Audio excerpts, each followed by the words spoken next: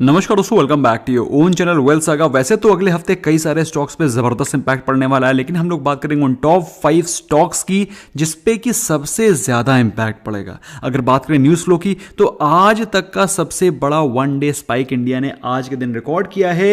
1,52,000 plus fresh cases Covid के report हुए हैं। इसके अलावा कुछ और भी न्यूज़ हैं जिसमें कि ये भी बोला जा रहा है कि इंडिया की जो रेमडेसिविर मेडिसिन है उसको एक्सपोर्ट नहीं किया जाएगा जब तक कि इंडिया में सिचुएशन अंडर कंट्रोल नहीं आ जाती। और इसी के चलते डॉक्टर रेड्डी की जो वैक्सीन है उसको भी अर्जेंट अप्रूवल मिल सकता है। तो काफ़ी सारे न्यूज़ फ्लो हैं, स्टॉक स्पेसिफिक भी। इसके अलावा अगर ग्लोबल सिनेरियो के बारे में बात करें तो इंडिया का रुपये बहुत तेजी से क्रैश कर रहा है अगेंस्ट यूएस डॉलर, और यूएस डॉलर में अच्छा खासा जंप दिखाई पड़ रहा है। तो ये सारा का सारा जो सिनेरियो क्रिएट हो रहा है उसका इफेक्ट बॉन्ड यील्ड पे भी पड़ रहा है, और बॉन्ड यील्ड में भी अच्छा खासा गिरावट आपको दिखाई पड़ रही है। और चूंकि बॉन्ड यील्ड में गिरावट होगी तो एक तरह से देखा जाए तो ये एक इनवर्स इंपैक्ट पड़ता है स्टॉक मार्केट में, क्योंकि अगर बॉन्ड यील्ड कम होगी तो पैसा स्टॉक मार्केट में ज्यादा इन्फ्लक्स होगा। तो ओवरऑल जो मार्केट में न्यूज फ्लो है वो काफी ज्यादा मिक्स है, जिसके चलते अगले आने वाले हफ्ते में कई सारे स्टॉक्स पे जबरदस्त इंपैक्ट पड़ेगा। हम लोग बात करते हैं दोस्तों उन टॉप 5 स्टॉक्स पे जिसपे कि हमें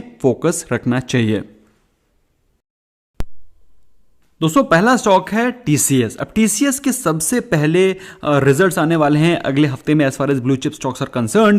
टीसीएस के रिजल्ट्स भी एक्सपेक्टेड हैं कि they are suppose to be good, but चूंकि अभी डॉलर का जो प्राइस रहा है वो काफ़ी ज़्यादा डाउन रहा है, उसके चलते हो सकता है उसकी अर्निंग्स और रेवेन्यू पे इंपैक्ट पड़े। लेकिन at the very same time दोस्तों जितने भी ये blue chip I T sector के स्टॉक्स हैं लाइक टीसीएस, इन्फोसिस, इनके एक्सपेक्टेशन से बेहतर रिजल्ट्स आने के कारण इनमें अच्छा खासा अपसाइड दिखाई पड़ता है।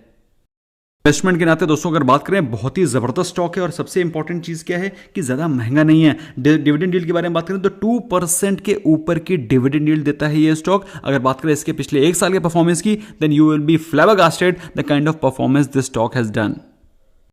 उसको देखने से पहले एक बार देख लेते हैं पिछले एक महीने में इसमें क्या हरकत हुई है। तो पिछले एक महीने में ज़्यादा इसमें मूवमेंट हुआ नहीं है। लास्ट के अभी एक हफ्ते पहले ही इसमें थोड़ा सा मूवमेंट स्टार्ट हुआ है। ऐसे में दोस्तों मेरे हिसाब से Q4 के रिजल्ट्स जो आएंगे, Q4 के रिजल्ट्स बहुत ज़्यादा इंपैक्ट करेंगे टीसीएस के परफॉर्मेंस पे, क्योंकि टीसीएस ने अभी अभी ही रनअप करना स्टार्ट किया है। और बाई चांस के रिजल्ट्स बेहतर आते हैं या फिर बेटर देन एक्सपेक्टेशन आते हैं तो इसमें आपको एक अच्छा खासा अपसाइड दिखाई पड़ सकता है। तो जो लोग लॉन्ग टर्म इन्वेस्टर हैं, मेरे हिसाब से TCS is one of the best pick to grab for long term.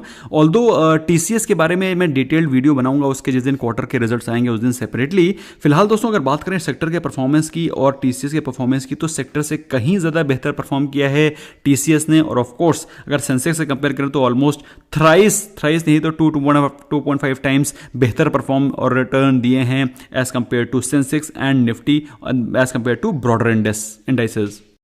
तो अगर आप चार्ट पे देखेंगे तो आपको जबरदस्त एनालिसिस दिखाई पड़ेगी और आपको पता चलेगा कि ये स्टॉक ऑलमोस्ट अपने ब्रेकआउट लेवल के आसपास खड़ा हो गया है, जो कि है इसके 3300 के लेवल्स। अगर यहाँ से कोई ज़बरदस्त न्यूज़ आती है या फिर यहाँ से कोई ज़बरदस्त ब्रेकआउट दिखाई पड़ता है या फिर एक Q4 के रिजल्ट्स बेहतर आते हैं तो यहाँ से एक फ्रेश ब्रेकआउट दिखाई पड़ सकता है और ये स्टॉक 3600 के लेवल्स तक जाता हुआ दिखाई पड़ सकता है। So you should be mentally prepared कि टीसीएस में अगले हफ्ते आगे आने कपल ऑफ डेज में आपको ज़बरदस्त न्यूज़ और जबरदस्त एक्शन दिखाई पड़ेगा।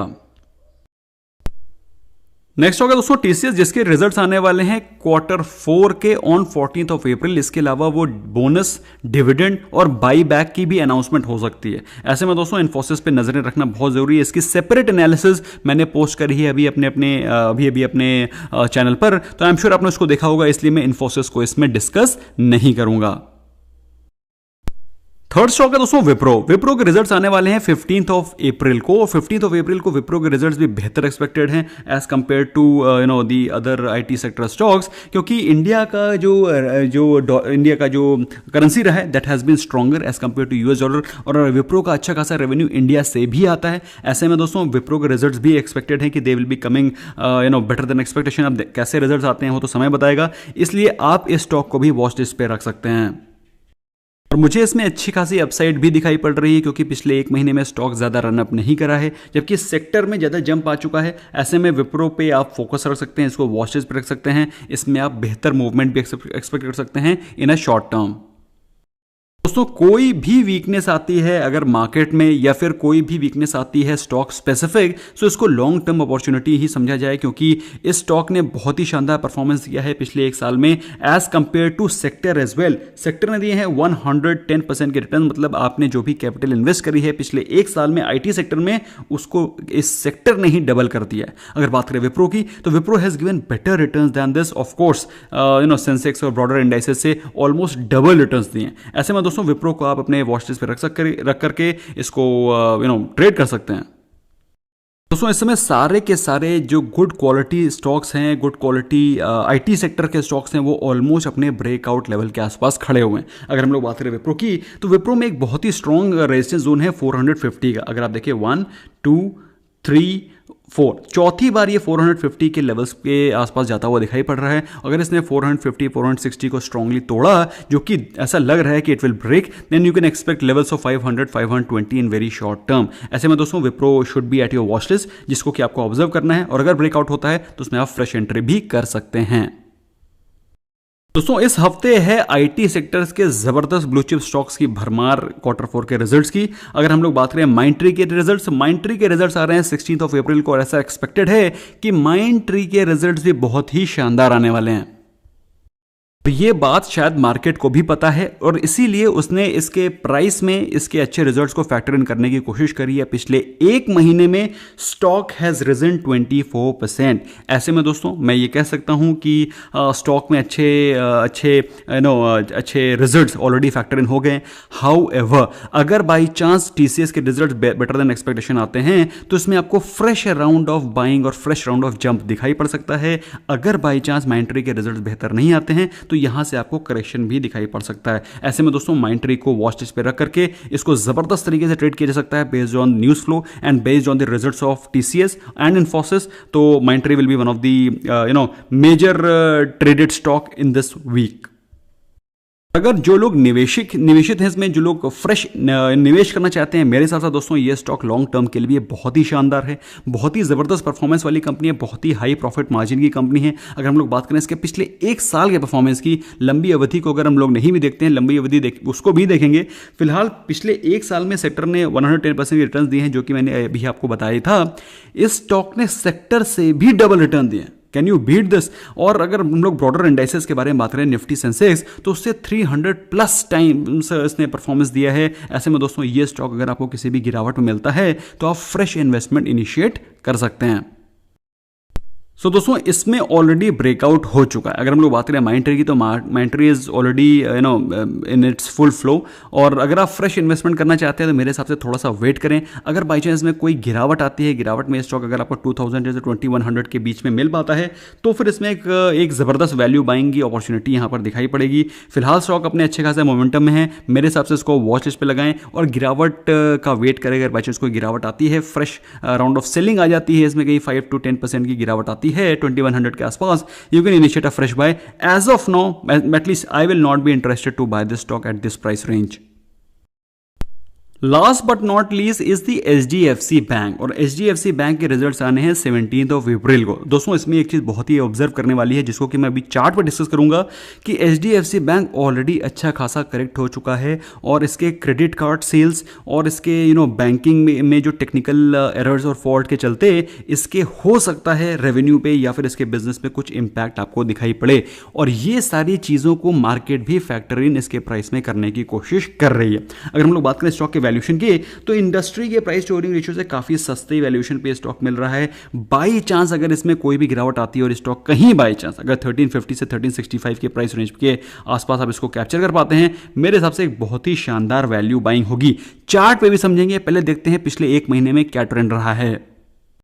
दोस्तों आप लोग सरप्राइज हो जाएंगे देख करके कि HDFC बैंक, जो कि इंडिया का नंबर 1 प्राइवेट सेक्टर बैंक है, उसमें ऑलरेडी 10% का करेक्शन हो गया है। और ऐसा नहीं है कि सिर्फ HDFC बैंक के साथ ही हुआ है, ये ऑलमोस्ट पूरे के पूरे सेक्टर पे 9% की गिरावट आप देख रहे हैं। अगर हम लोग बात करें सेंसेक्स और निफ्टी की, तो उसमें आपको 3% की फॉल दिखाई पड़ रही है। तो कहने का मतलब क्या है, ये ब्रॉडर इंडेक्सेस से ज़्यादा गिर गया है, काइंड ऑफ ओवरसोल्ड हो गया है। लेकिन इसमें और भी क्या गिरावट आ सकती है, उसको हम लोग चार्ट पर देखेंगे। पहले देखते हैं इसने पिछले एक साल में कैसा परफॉर्म किया है। तो अगर हम लोग देखें तो पिछले एक साल में इसने दिए हैं 54% के रिटर्न, जो कि अगर हम लोग स्टैंड अलोन बात करें तो बहुत ही बेहतरीन रिटर्न्स हैं। लेकिन अगर हम लोग बात करें सेक्टर के कंपैरिजन में तो सेक्टर से इसके रिटर्न्स अंडर परफॉर्म कर रहे हैं। और अगर हम लोग बात करें सेंसेक्स की तो सेंसेक्स से भी इसने अंडर परफॉर्मिंग रिटर्न्स दिए हैं पिछले एक साल के अंदर। हाउएवर अगर हम लोग बात करें इसके ऑल टाइम हाई की तो इसके ये सबसे पहला बैंक था, HDFC bank was the first bank जिसने 2020-21 में अपने लाइफ टाइम हाई टच किए थे। सबसे पहला बैंकिंग स्टॉक। तो बैंक के फंडामेंटल्स में कोई प्रॉब्लम नहीं है, लेकिन जो रिसेंटली इसके इसके इंटरनेट बैंकिंग में OTP में जो टेक्निकल एरर्स आ रहे हैं, that is not very good sign for such a good bank. तो मेरे हिसाब से दोस्तों इसमें थोड़ा सा हो सकता है आपको इसका इंपैक्ट इसके नंबर्स पे भी दिखाई पड़े Q4 के। तो ये सारे के सारे चार्ट सारे एनालिसिस मैं करता हूँ ज़ेरोधा पे। अगर अभी तक आपने उसमें अकाउंट नहीं खोला है, the link is there right in the description and in the pin comment. और अगर आप उस लिंक के through if you open the account, if you sign up, then आपको हमारी तरफ से भी कई सारे बेनिफिट्स मिलते हैं। फिलहाल हम लोग बात करें HDFC बैंक के प्रेजेंट चार्ट के कंडीशन पे तो आपको दिखाई पड़ रहा है ये जो ग्रीन लाइन है दोस्तों, ये ग्रीन लाइन, ये red line, these are called moving averages. ये है 50 डे एक्सपोनेंशियल मूविंग एवरेज, ये है 100 एक्सपोनेंशियल मूविंग एवरेज, ये है 200 एक्सपोनेंशियल मूविंग एवरेज। तो दोस्तों आप सरप्राइज हो जाएंगे कि HDFC बैंक जनरली अपने 50 डे एक्सपोनेंशियल मूविंग एवरेज के आसपास नहीं आता, और जब भी आता है वहाँ एक सडन बाउंस बैक दिखाई पड़ता है। अगर हम लोग देखें तो ये देयर कपल ऑफ इंस्टेंसेस, अगर आप पिछले 4-5 महीने को ऑब्जर्व करेंगे तो it has generally not touched below 50 day exponential moving average. लेकिन इस समय उसने अपने 100 एक्सपोनेंशियल मूविंग एवरेज को भी तोड़ दिया है, जो कि बताता है कि स्टॉक में वीकनेस है। और बाई चांस अगर इसमें कोई वीकनेस कंटिन्यू रहती है तो आपको 1350 1365 के नंबर्स भी दिखाई पड़ सकते हैं, जो कि मैंने अभी आपको बताया, जो कि एक बहुत ही शानदार बाइंग रेंज होगी।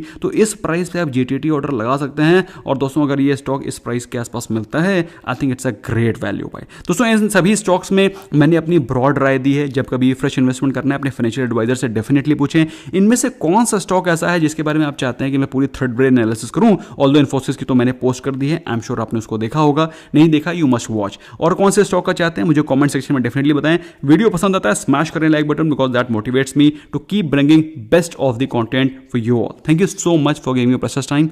Bye bye for now.